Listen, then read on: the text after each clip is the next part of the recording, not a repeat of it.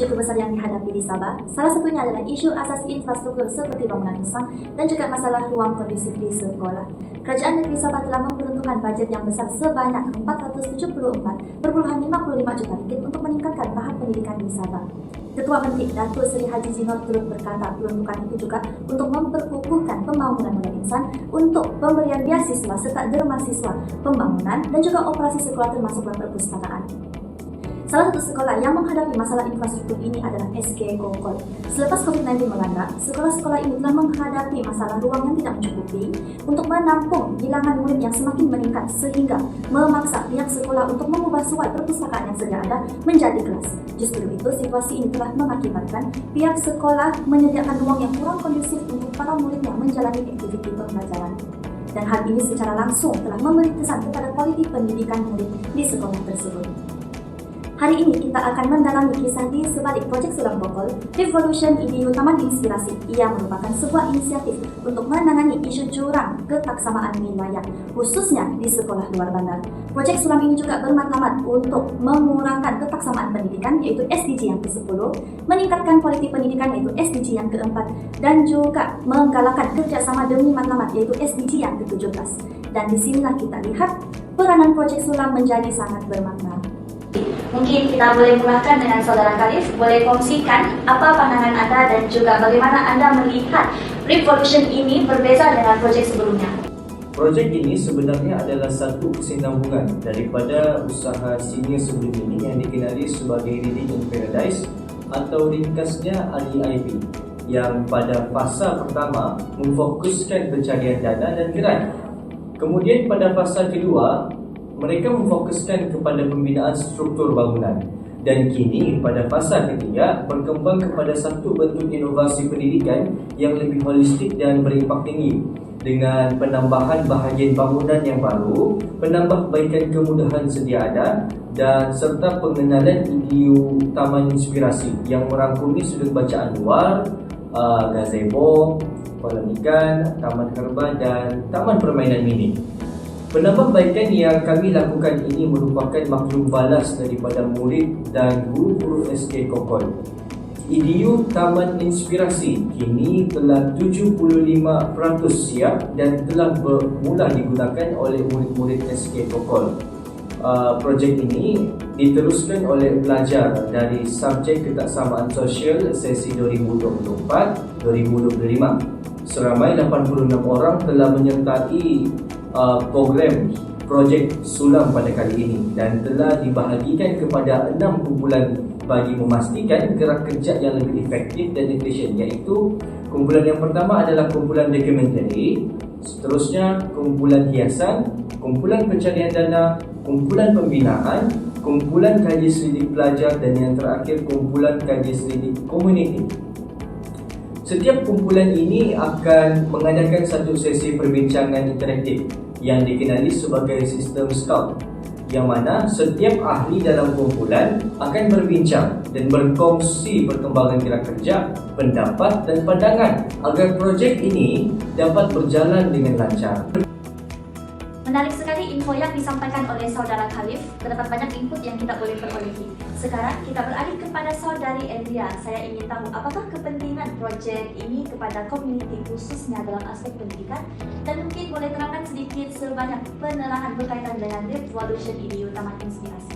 Projek ini sangat penting untuk mengatasi isu kebersamaan dalam pendidikan, terutama sekali di kawasan luar bandar seperti SK Kokol. Jadi dengan menyediakan ruang pembelajaran yang inovatif dan menarik seperti sudut bacaan luar, taman herba, taman permainan mini, kolam ikan dan gazebo, projek ini bukan sahaja membantu pembelajaran dalam kelas, tetapi juga menggalakkan murid supaya lebih minat belajar dalam suasana yang seronok dan terbuka. Lebih daripada itu, projek ini juga mengeratkan hubungan antara universiti dan komuniti setempat. Jadi dari segi kerjasama, projek ini mengaplikasikan model hexahelix, iaitu kolaborasi antara 6 pihak utama, iaitu Kerajaan Negeri Sabah, agensi badan bukan kerajaan, industri, filantropi, komuniti setempat, institusi pengajian tinggi iaitu pihak UMS. Selain itu, seperti yang saya katakan tadi, aktiviti yang dijalankan adalah pembinaan sudut bacaan luar seperti NUK dan gazebo untuk ruang membaca dan pembelajaran di luar kelas. taman herba dan taman permainan mini untuk menyokong perkembangan holistik murid. Jadi kesemua elemen ini dibina secara bergotong royong dengan penyertaan pelajar UMS dan komite setempat. Penjelasan yang sangat menarik kita dengar daripada Saudari Andrea. Terima kasih Saudari. Sekarang kita beralih pula kepada soalan yang berkaitan dengan impak terhadap projek, community dan juga pelajar. Projek ini telah memberikan impak yang sangat positif kepada komuniti, khususnya murid di SK Kokol. Berdasarkan soal sidik yang dijalankan ke atas 30 orang murid, didapati bahwa 100% daripada mereka setuju bahwa projek ini telah membantu meningkatkan minat mereka terhadap aktiviti membaca. Tambahan pula 57% daripada murid setuju, manakala 43% sangat setuju bahwa projek ini telah mewujudkan suasana pembelajaran yang lebih kondusif dan menyeronokkan serta meningkatkan motivasi mereka untuk belajar. Dari sudut emosi dan kesetaraan pula, separuh daripada murid setengah setuju dan separuh lagi setuju bahwa projek ini menjadikan suasana pelajaran lebih ceria dan menarik. Seterusnya dari aspek pengalaman pembelajaran pelajar Sulam, seramai 86 orang pelajar telah terlibat dalam projek ini. Kajian menunjukkan bahwa 62,3% daripada pelajar sangat setuju bahwa projek ini berjaya memupuk nilai-nilai murni, terutamanya rasa tanggungjawab, empati dan semangat kesukarelawan. Selain itu, 56,4% pelajar sangat setuju projek ini telah membantu mereka mengembangkan kemahiran insaniah seperti komunikasi, sama pembentukan dan kepimpinan. Tambah lagi, 49,4% sangat setuju bahwa pengalaman ini turut membantu dalam meningkatkan kemahiran digital, termasuk aspek reka bentuk bahan, penyediaan laporan serta penggunaan teknologi. Paling membanggakan, tiada seorang pun pelajar yang tidak pasti atau tidak setuju, menunjukkan kesan positif yang menyeluruh terhadap pengalaman pembelajaran pelajar. Apa yang lebih penting, saya percaya bahwa pendidikan bukan sekadar aktiviti di dalam bilik terajah. Ia adalah ekosistem. Melalui Revolution, kami cuba mencetuskan inspirasi bukan saja kepada murid-murid tetapi juga kepada guru, ibu bapa dan pelajar universiti yang terlibat. Justru Revolution bukan sekadar projek sekali lalu, ia adalah gerakan kecil ke arah membina masyarakat celik ilmu dengan semangat gotong royong dan keberdayaan bersama. Terima kasih Saudari Melissa atas penjelasan dan sudi untuk meluangkan masa sebentar bersama dengan kita. Jadi itulah di sini kita dapat lihat impak secara menyeluruh dan terperinci daripada hasil penjelasan Saudari Melissa kita. Dan seterusnya Saudara Ashel, dari perspektif nilai komersial, apakah hasil damatan yang Anda boleh jelaskan dan mungkin jika Saudara ada cadangan di sini boleh nyatakan? Terima kasih Saudari Amira. Dari perspektif komersial, Nuk Library SK Kokol terletak di kawasan tanah tinggi yang berbukit, yaitu Bukit Kokol, Kota Kinabalu, Sabah, yang merupakan salah satu tempat pelancongan yang menarik di Sabah dan juga terkenal dengan keindahan alam semajadi serta pemandangan yang menakjubkan. Ekologi pelancongan merupakan potensi utama.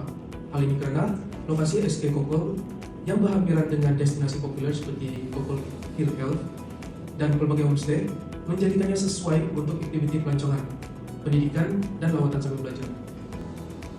Sekolah juga boleh bekerjasama dengan pengusaha tempatan untuk menawarkan package lawatan yang menggabungkan elemen pembelajaran, kebudayaan, dan juga keindahan alam. Antara cara utama untuk mempromosikan Nuk Library ialah melalui media sosial, antaranya adalah Facebook, Instagram, dan juga TikTok. Selain itu, video dokumenter mini tentang proyek juga dapat menggambarkan manfaat sebenar proyek ini. Penerbitan scrapbook Revolution EDU Taman Inspirasi juga membantu memperkenalkan Nuk Library kepada khalayak ramai, bukan saja kepada warga UMS, tetapi juga warga luar sana yang belum mengenali SK Kokol. Akhir sekali, kerjasama dengan pihak NGO, pelajar dan agensi luar boleh dimanfaatkan untuk menjadikan Nuk Library sebagai contoh proyek pendidikan komuniti luar bandar yang berjaya. Beberapa cadangan masa hadapan boleh dilaksanakan. Yang pertama adalah program literasi berterusan boleh dianjurkan seperti sesi membaca bersama sukarelawan, pertandingan bercerita, atau bengkel penulisan kreatif. Selain itu, kerjasama pihak NGO, pelajar, dan juga institusi pendidikan perlu diteruskan untuk menyumbang bahan bacaan, peralatan, serta tenaga pakar dalam berbagai bidang. Akhir sekali, sistem penyelenggaraan berkala dan pelibatan komuniti sekolah harus diberi penekanan agar perpustakaan sentiasa terjaga dan berfungsi dengan baik. Dengan cadangan ini, Nuk Library berpotensi menjadi model perpustakaan luar bandar yang memberi impak besar kepada pembangunan pendidikan pelajar di kawasan luar bandar.